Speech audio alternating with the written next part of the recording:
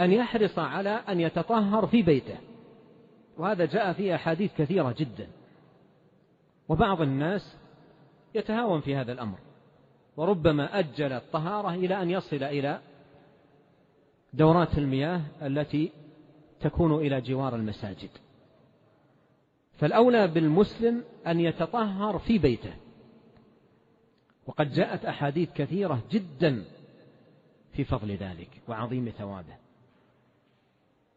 فيحرص على ذلك.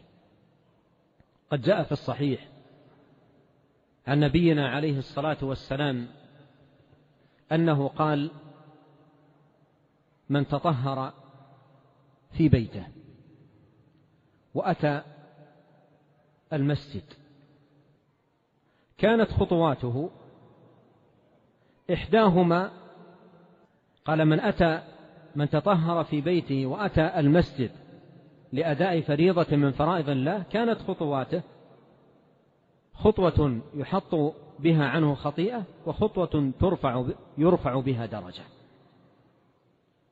فلهذا ينبغي المسلم أن يعنى بالتطهر في بيته.